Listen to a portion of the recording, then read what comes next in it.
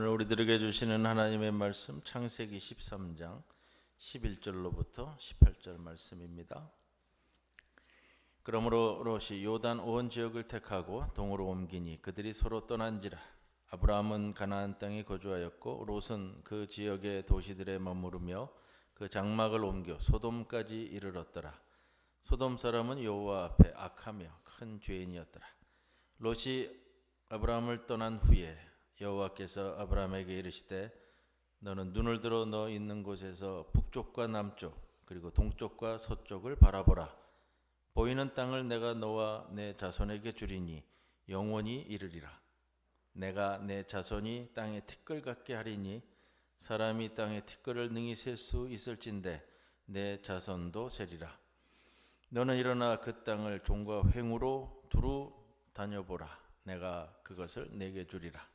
이에 아브라함이 장막을 옮겨 헤브론에 있는 마므레 상수리 수풀에 이르러 거주하며 거기서 여호와를 위하여 제단을 쌓았더라.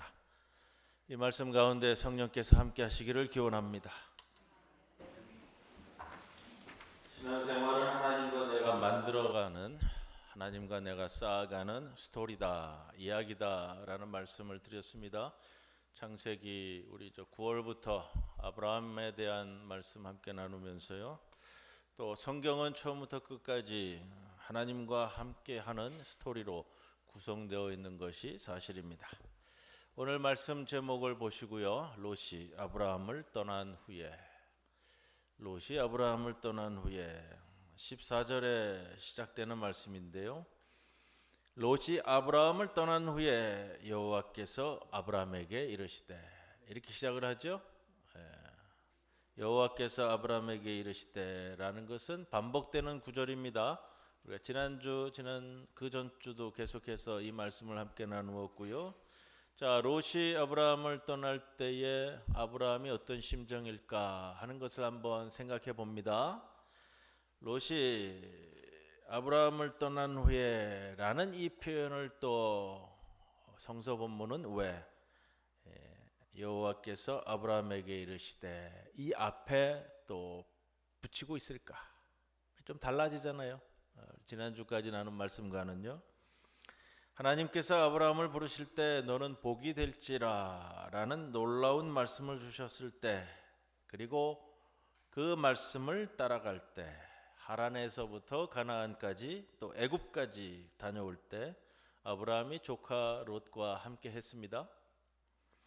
아버지를 일찍 잃어버린 조카에게 연민이 느껴졌을 수도 있고요.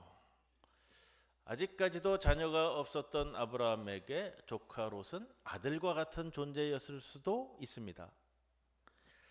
근데 우리식으로 생각해 보면 그렇잖아요. 외국으로 이민 가는데 조카까지 데리고 가는 일은 좀 특이한 경우인데, 또 거기다가 우리가 생각해 보면 아브라함이 하나님의 부름을 받고 출발할 때 나이가 75세였습니다.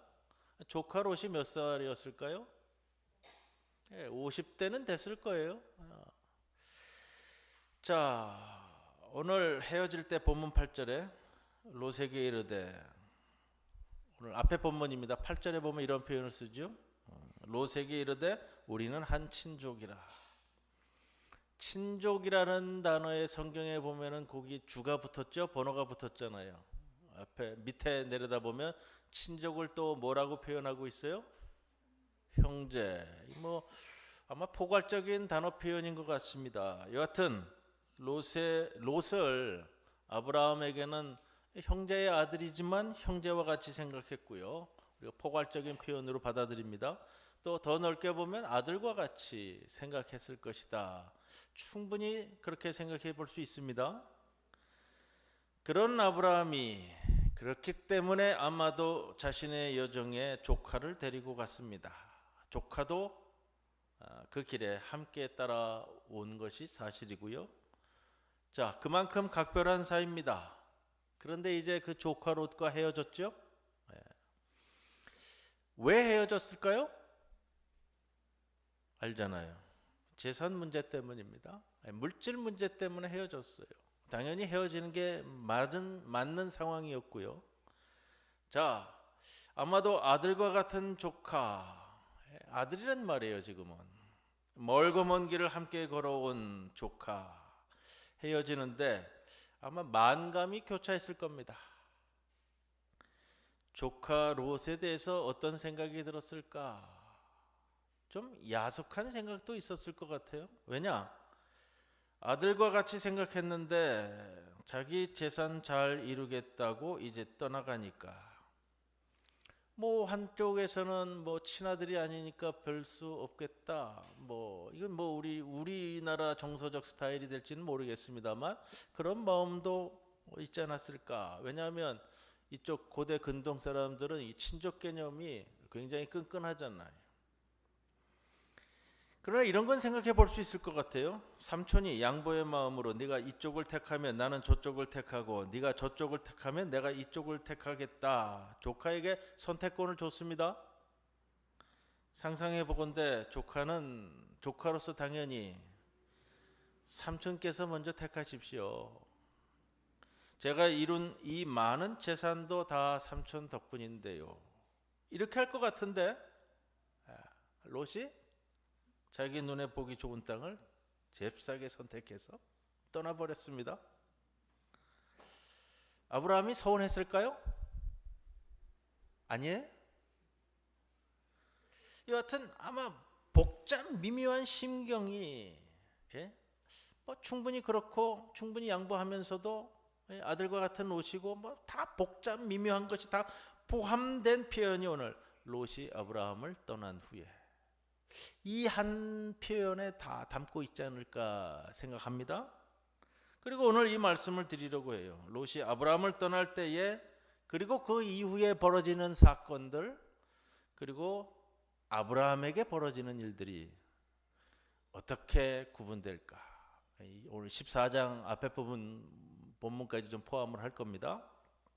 지난주일 마지막 부분에 아마 이런 말씀을 드렸어요. 아브라함은 말씀을 따라갔고 롯은 아브라함을 따라갔다. 작은 차이지만, 여러분, 작은 차이지만 그 작은 차이가 어떻게 점점 벌어지는가 하는 말씀을 좀 드렸거든요. 아브라함은 말씀을 따라간 인물이에요. 롯은 그 아브라함을 따라간 사람이고요. 자, 롯이 아브라함만큼은 안 되더라도 그 지내온 세월을 안다면, 같이 체험했잖아요. 자신이 어떻게 처신해야 하고 어떻게 머물러야 하고 무엇을 붙들어야 하는가를 알아야 합니다. 동일하게 우리에게 포함되기 때문에 제가 말씀을 드리는 거예요.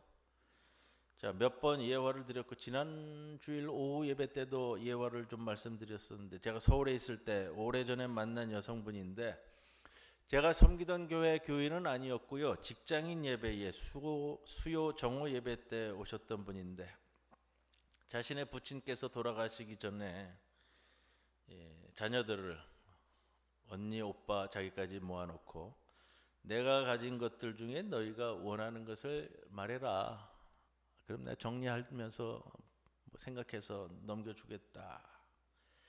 자신은 그걸 달라고 그랬대요. 뭐죠? 아버지께서 늘 손에 드셨던, 손에 놓지 않고 보셨던, 주무실 때는 머리맡에 두셨던 아버지의 성경책을 줘 주십시오. 왜냐하면 본인이 볼 때 그런 생각이에요. 부친이 한국 전쟁 이후에 호롤단신 월남해서 호롤단신 이 땅에서 이루어간 모든 모습을 볼 때 자식된 입장에서 보더라도 내 아버지를 이끌고 오셨던, 지켜오셨던 그 하나님의 발자취, 그리고 내 아버지가 그동안 걸어온 신앙의 여정, 지켜왔던 믿음의 발걸음을 보았을 때 이거는 사람이 혼자 노력해서 이루어지는 것이 아니라는 것을 자기는 보았다라는 거예요. 그러면 나에게 정말로 있어야 될 것은 이거예요. 나의 아버지의 하나님이 내 하나님이 되어야 한다는 거예요. 그걸 상징적으로 생각할 때에 아버지가 지금 가지고 있는 그 물질적인 재산이요, 집 한 채, 뭐 돈 몇 푼보다 내게 더 필요한 것은, 물론 좋지요, 좋은데 그거보다 더 근본적으로 신앙과 믿음의 유산을 온전히 이어받는 것이 내게 더 큰 자산이고 영광이 될 것이다라는 것을 자신은 보았다라는 거예요. 엘리야 선지자가 이 땅을 떠나면서 엘리사 선지자에게 너는 무엇을 구하느냐 할 때 갑절의 은혜를 구한 것처럼요. 자, 오늘날 롯이 아브라함과의 관계에서 취해야 할 자세가 무엇인가 하는 것을 좀 가늠해 볼 수 있습니다. 떠나야 돼요? 떠나긴 해야 되죠? 같이 있을 수는 없어요. 그런데 떠난다라는 것이 여러분, 우리가 물리적 공간으로, 물리적 거리로서 떠난다는 의미보다 떠나면서도 뭘 붙잡고 무슨 심령을 유지하는가 하는 것이 중요한 거예요. 자식을 떠나보낼 때 여러분, 떠나보내야죠.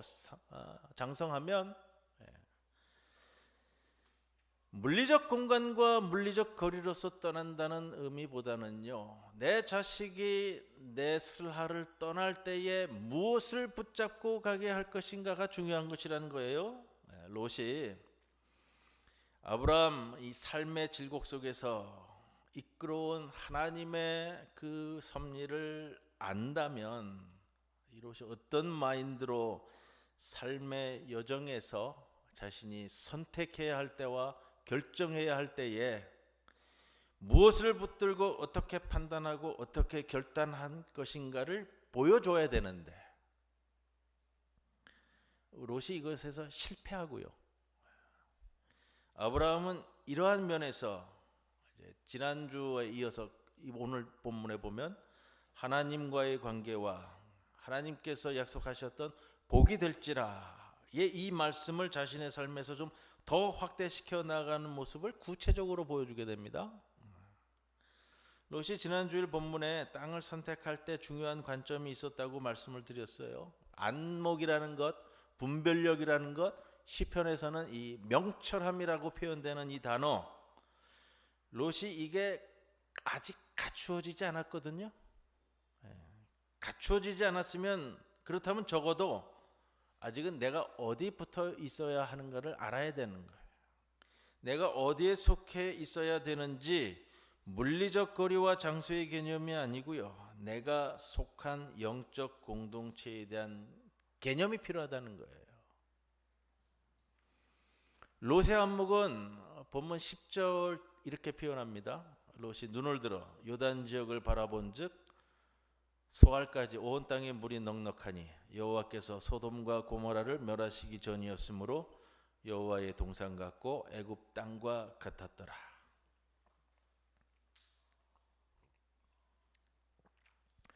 여러분, 겉으로 드러난 모습이 아니라 보이지 않는 것을 볼 수 있어야 되는 거예요. 그게 안목이고 성경에서 명철함이라고 표현하는데, 겉으로 내가 보기에 좋은 것은요, 남들 보기에도 다 좋아요. 그 땅이 이렇게 표현돼요. 여호와의 동산 같고 애굽 땅과 같았더라. 이 표현이 뭐라고 그랬어요? 여호와의 동산과 애굽 땅을 구분하지 못하는 거예요. 땅을 보았는데, 소돔까지 이르는 땅을 보았어요. 소알 땅을 봤는데 물이 풍부하고 목초지가 좋잖아요. 여호와의 동산 같은데 또 애굽 땅의 풍부한 땅과 같단 말이에요. 구분을 못하는 거예요. 이러한 상황에 롯이 자기가 선택한 땅에 들어서니까 무슨 일들을 만나게 되죠? 14장에 넘어가면 줄줄이 표현하고 있어요. 2절에 보면 어느 왕 머무는 땅에서 싸움이 났어요. 옮겨가는데 처음부터 싸움판에 말려든 거예요. 안목이 그러하면 그럴 수밖에 없어요. 싸움박질하는 곳에 처박히는 거예요. 처음부터. 뒤에 이어지는 본문도 계속 치고 이렇게 이어져요. 4절에 보면 13년 만에 배반한지라 도시국가들이 이 패권 경쟁 속에서 조공을 주고받았는데 배반한 거예요. 그동안 그런 일이 없었는데 하필 롯이 왔을 때 13년 만에 배반한 거예요. 이제 영적 아버지인 숙부 아브라함을 떠나서 왔는데 심지어 배반의 땅에 처박혔어요. 결국 14장 12절에는 아브라함의 조카 롯도 사로잡고 그 재물까지 노략하여 가니라, 이렇게 표현해요. 롯이 제일 소중히 여기는 게 있어요. 이 땅에서 무엇을 추구해서 왔죠? 자기 재산이요. 자기 재물이요. 땅을 선택할 때 재산과 재물이 잘 불어날 걸 보고 선택했단 말이에요. 근데 14장 12절 말씀을 보면 다 빼앗겨요. 다 빼앗겨요. 그 재물까지 노력하여 가니라. 사람이 잡혀가면 물론 재물도 다 빼앗기는 건 사실이에요. 근데 성경 본문이 좀 독특하게 이 재물까지를 포함해서 기록을 해요. 이 표현이 16절에도 반복이 되는데 아브라함이 자신의 하인들을 이끌고 가서 롯을 구해오잖아요. 근데 이렇게 표현해요. 자기의 조카 롯과 그의 재물과 또 부녀와 친척을 다 찾아왔더라. 성경이 의도적으로 표현하는 게 있어요. 뭐냐면 롯과 그의 재물, 빼앗길 때도 롯과 그의 재물, 찾아올 때도 롯과 그의 재물이에요. 굳이 재물을 안 붙여도 되잖아요. 성경이 의도적으로 표현하면서 롯과 재물을 동일시한단 말이에요. 이게 우리에게 주시는 메시지 중에 하나예요. 롯이 무엇과 동일시되고 있는가. 그리고 구출받은 롯의 이야기는 소돔에 돌아와 소돔 멸망할 때까지 나오고요. 더 이상 롯은 등장하지 않아요. 대신 아브라함의 이야기는 말씀을 쫓아가는 여정이 끝까지 이어지는 거예요. 오늘 본문 14절로 다시 옵니다. 롯이 아브라함을 떠난 후에 아브라함이 가졌을 감정, 망감이 교차했을 거고요. 참 여러 가지 생각이 들었을 거예요. 아들과 같은 조카 롯을 떠나보냈는데 보내는 과정에서도 그리 마음이 흡족하지가 않잖아요. 만족스럽게 보이는 게 아니고 뭔가 좀 불편해요. 아들과 같은 조카인데 하란에서부터 지금까지 애굽에 가서 그 고초를 겪으면서도 기근도 함께 겪었던 조카 롯이 떠나는데 마음이 편하지 않아요. 여러 가지 면이. 그런데 그때 보이는 사건 뭐냐? 하나님께서 나타나셔서 아브라함을 위로해줘요. 아브라함에게 근데 위로 중에 가장 큰 위로가 무엇일까를 생각해 보는 거예요. 위로 중에 가장 큰 위로는요, 아브라함에게 있어서 아브라함에게 주어지는 축복 중에 축복은 뭐냐 하면요, 약속의 재확인이에요. 약속의 재확인. 왜 여기 왔어요? 지금 뭘 추구하고 있어요? 내가 살아가는 목적이 뭐예요? 하나님 주신 약속 붙들고 여기까지 왔잖아요. 그 약속 과정 중에서 애굽까지 왔었고요. 애굽도 들어갔었고요. 지금 아들과 같은 조카 롯까지도 떠나보냈어요. 어떤 면에서는 가장 외로울 때잖아요. 가장 침체되어 있을 때. 다시금 하나님께서 말씀하셔서 여호와께서 아브라함에게 이르시되, 이 반복되는 구절인데 아브라함을 다시 굳게 세워주시는 거예요. 이게 큰 축복이에요, 여러분. 사람은 이게 의심이 많거든요. 약속을 받았는데 이루어질까? 다음 날은 잘 나가다가도 또 한순간 이게 맞는 것일까? 이 자꾸 오락가락하는 게 사람이란 말이에요. 그때 롯까지 떠나갔잖아요. 그런 아브라함을 약속의 반석 위에 굳건히 세우시는 하나님, 의심에 빠지지 않게끔 이끌어 가시는 것도 하나님의 축복이에요. 내가 흔들리지 않게, 내가 시험에 들지 않게. 다시금 약속의 말씀을 확인시켜 줍니다. 눈을 들어라, 바라봐라. 하나님이 심주어 말씀하시는 바가 느껴지세요? 본문 보시면서요. 너 있는 곳에서 북쪽과 남쪽 그리고 동쪽과 서쪽을 바라보라. 보이는 땅을 주리니 영원히 이르리라. 17절에는 이렇게 시작이 되죠. 너는 일어나. 이건 뭐예요? 일어나라. 그 땅을 종과 횡으로 두루 다녀보라. 내가 그것을 내게 주리라. 하나님이 눈을 들어라. 일어나라. 하시면서 심주어서 말씀하시는 게 느껴지시냐고요. 너는 눈을 들어 바라보라. 너는 일어나 그 땅을 두루 다녀보라. 내가 그것을 너에게 주겠다. 하나님의 마음을 읽으실 수 있으시냐고요. 지금 너의 힘든 상황 내가 다 안다. 아들과 같은 조카를 떠나보내고 마음이 얼마나 복잡하겠느냐. 그러나 거기에 무너지면 안 되고 거기에 매몰되어서도 안 되고 고개 숙이고 있지 말고 청승 떨지 말고 일어나 내가 너에게 주기로 한 그 약속한 그 땅을 이리저리 다니며 살펴보아라. 하나님 주시기로 한 약속의 땅을 이리저리 구경하고 다니면 얼마나 기분 좋아요. 아직 주어지지는 않았어요? 미리 보고 다니면 얼마나 기분 좋아요. 저것도 주실 거고 이것도 주실 거고. 하나님이 지금 우리에게도 이 말씀을 주고 계십니다. 경제적으로, 육신적으로, 자녀 문제로, 가정 문제로 많이 힘드십니까? 우리가 힘든 것 하나님이 다 아십니다. 다 아시는 하나님이 우리에게 말씀하십니다. 일어나 눈을 들라고요. 명철함이 있어야 됩니다. 통찰력이 있어야 됩니다. 영적인 통찰력이요. 영적인 분별력이요. 그저 눈에 보이는 것밖에 못 보니까 그곳이 망할 땅인지도 모르고 롯처럼 가게 되는 거예요. 중요한 것은 명철함과 통찰력입니다. 그런데 이 명철함은 어떻게 주어진다고 그랬어요? 지난주일 시편 말씀에 하나님이 주시는 것이라고 했습니다. 그 하나님을 우리가 의지할 때 그 하나님의 약속의 말씀을 우리에게 다시 허락해 주실 때 그때 생기는 것이 명철함이에요. 롯과 아브라함의 결정적인 차이는 바로 여기서 벌어졌습니다. 오늘 본문 14절에 여호와께서 아브라함에게 이르시되 너는 눈을 들어. 이것 전에 10절에 보면은요. 이에 롯이 눈을 들어 요단 지역을 바라본 자.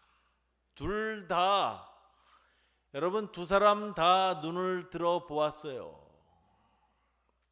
롯은 눈을 들어 자기가 꿈꾸던 요단 지역을 바라보았고요. 아브라함은 눈을 들어 동서남북을 바라보라는 하나님의 말씀을 받았습니다. 눈을 들어 본 것은 같은데 결정적인 차이가 뭐예요? 롯은 자기가 보고 싶은 것을 보려고 눈을 들었고요. 아브라함은 눈을 들어 하나님이 지시한 땅을 보았습니다. 그래서 롯은 요단 평야만 바라보았지만 아브라함은 동서남북을 바라보게 하셨습니다. 아브라함과 롯의 결정적인 차이는 약속의 말씀이 있고 없고의 차이예요. 약속의 말씀 없이 바라보는 것은 굉장히 위험해집니다. 약속의 말씀을 따라서 보셔야 됩니다. 그런데 하나님의 약속의 말씀을 따라 눈을 드는 아브라함의 다음 행보는 무엇이었을까? 이것을 오늘 본문이 보여줍니다. 롯과 헤어진 아브라함에게 너는 일어나 그 땅을 종과 횡으로 두루 다녀보라. 내가 그것을 내게 주리라. 라고 약속을 새롭게 해주셨는데 아브라함의 다음 행보는요. 아브라함의 반응은 뭐죠? 찬스다. 내가 두루 다닌 땅을 모두 주신다고 약속하셨다. 환호하면서 미친 듯이 이 땅 저 땅 다 돌아다니면서 이 땅도 내 거, 저 땅도 내 거. 이 장면에서 항상 떠오르는 단편 소설이 있어요. 톨스토이의, 다 아시죠? 사람에게는 얼마만큼의 땅이 필요한가. 한 농부가 하루 동안 걸어서 다녀온 온 땅이 모두 자신의 것이 된다는 약속을 받았습니다. 해가 뜨면 걸어서 해질 때까지 돌아오는 거예요. 그러면 이제 내가 밟고 온 땅이 다 내 거 된다 그랬잖아요. 그래서 일찍이 준비해서 이 농부가 해뜰녘 출발 시간에 출발했어요. 멀리 가면 갈수록 모든 땅이 내 땅이 되잖아요. 그런데 너무 멀리 갔죠? 해가 뉘우뉘우 지기 시작했어요. 돌아와야 하잖아요. 약속된 시간 내에 돌아오다 마음이 급하니까 해는 지어가고 어떻게 했어요? 뛰기 시작했어요. 돌아와서 어떻게 했어요? 네, 죽었잖아요. 그래서 톨스토이가 말하는 게 뭐예요? 결국 자기가 묻히는 한 평 땅만 주어질 뿐이다. 이게 인생이다라고 얘기했거든요. 이게 누구하고 비슷해요? 오늘 롯과 비슷하잖아요. 아브라함의 다음 행보를 봅니다. 18절에 이에 아브라함이 장막을 옮겨 헤브론에 있는 마므레 상수리 수풀에 이르러 거주하며 거기서 여호와에 위하여 제단을 쌓았더라. 아마 롯이었으면요, 하나님에게 땅을 허락받았다고 아주 좋아서 정신없이 돌아다녔을 거예요. 근데 아브라함의 행보는요, 약속의 말씀이 떨어지자 헤브론으로 옮겨 제단을 쌓고 예배를 드렸습니다. 롯의 관심은 하나님 주시는 복에 초점이 맞춰져 있어요. 약속의 말씀을 받은 아브라함의 관심은요, 관심이 어디 있어요? 하나님에게 있어요.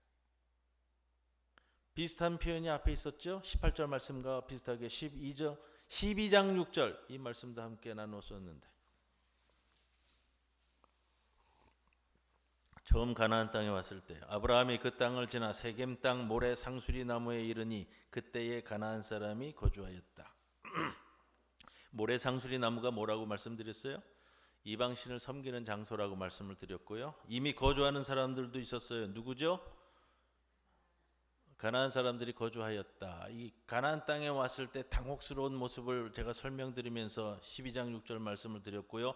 오늘 13장 18절 말씀을 다시 보면 아브라함이 장막을 옮겨 헤브론에 있는 마므레 상수리 수풀에 이르러 거주하며 여호와를 위하여 제단을 쌓았더라.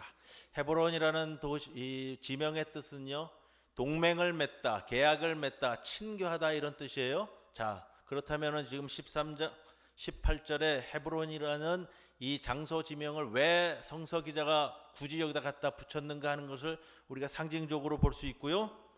마므레 상수리 나무, 모래 상수리 나무인데 무슨 일들을 벌이는 줄 알죠? 원래 이방신 제사 산당이 있는 데가 마므레 상수리 나무 아래서 이루어지는 거라고 말씀을 드렸는데, 그 땅이 이제 여호와를 예배하는 예배 장소로 뒤집어집니다. 12장에서는 모래 상수리 나무라고 단수를 쓰는데 상징적인 표현이 확대되어 13장 18절에 와서는 뭐가 되죠? 마므레 상수리 수풀로 복수형이 그대로 쓰였어요. 우리 번역을 아주 잘했어요. 앞에는 나무 단수형이 맞고요, 상수리 나무들 복수형으로 썼더라고요, 원어에서. 그렇다면 상수리 나무 하나뿐만이 아니라 상수리 나무들 수풀로 번역된 것은 가나안 땅에 지금 온갖 모든 것을 다 상징적으로 표현하는, 이 성서 본문을 읽으면서 성서 기자가 우리에게 주고 있는 굉장히 디테일한 것들을 맛볼 수 있는 부분들이에요. 이런 게 이제 누가 거주했다고 했어요? 13장 18절에 누가 거주했어요? 아브라함이 거주했어요. 그 전에는요, 가나안 사람들이 거주하였더라 하는 것이 이제 13장 18절에 이 헤브론 계약 맺은 땅에 이르러서 예배하는 자가 되어 그곳에 거주자가 되는 거예요. 말씀을 따라가고 명철과 분별력도 갖추고 무엇보다도 재확인받는 이 약속의 말씀을 붙들고 예배하는 아브라함에게 주어지는 축복입니다. 이 축복받은 자는 복이 될지라. 참 이 말씀을 드렸습니다. 아브라함이 받은 말씀, 복을 흘려보내는 자입니다. 나뿐만 아니라 모든 이들에게 축복의 영향을 미치는 자가 되는 것이 복이 될지라 라고 말씀드렸고요. 중간에 말씀을 좇지 않고 애굽으로 건너간 아브라함은 이웃과 형제들에게도, 구체적으로 바로에게도 재앙을 끼치는, 남에게 재앙을 끼치는 사람이 되었는데 14장에 나가면 전쟁이 나서 잡혀간 조카 롯, 형제죠. 형제라고 불러도 되겠죠. 말씀을 받은 자는, 말씀을 따르는 자는 형제와 이웃을, 재앙을 끼치는 자가 아니라 형제와 이웃을 구하는 자가 되는 거예요. 하나님은 우리가 있어야 하는 곳으로 이끄십니다. 우리의 눈을 들어 동서남북을 오늘도 바라보게 하십니다.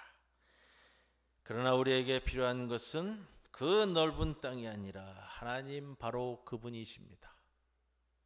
하나님이 나를 세워주신 곳에서 하나님을 예배하십시오.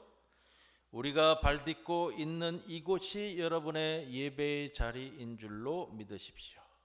내 가정, 내 직장, 내 예배당, 하나님이 허락하신 그곳이 나의 예배 장소임을 기억하십시오. 지금 하나님이 새롭게 해주시는 말씀을 따라 눈을 들어 하나님이 허락하신 곳을 바라보십시오. 그리고 오늘도 그곳에서 하나님께 진정으로 예배드리는 우리 모두가 되시기를 주님의 이름으로 간절히 축원을 드립니다. 고마우신 아버지 하나님, 오늘도 불러주신 이곳에서 주님께 예배드립니다. 우리에게 보여주시고자 하시는 것들을 보여주시고 들려주시고자 하시는 것들을 들려주시옵소서. 우리에게 주신 약속의 말씀을 붙잡고 오늘도 열심을 다해 살아가게 하시고 우리에게 주신 사명을 붙잡고 그 가운데 기쁨과 즐거움 속에 살아가는 주의 백성들 되게 하옵소서. 감사드리며 예수님의 이름으로 기도합니다. 아멘.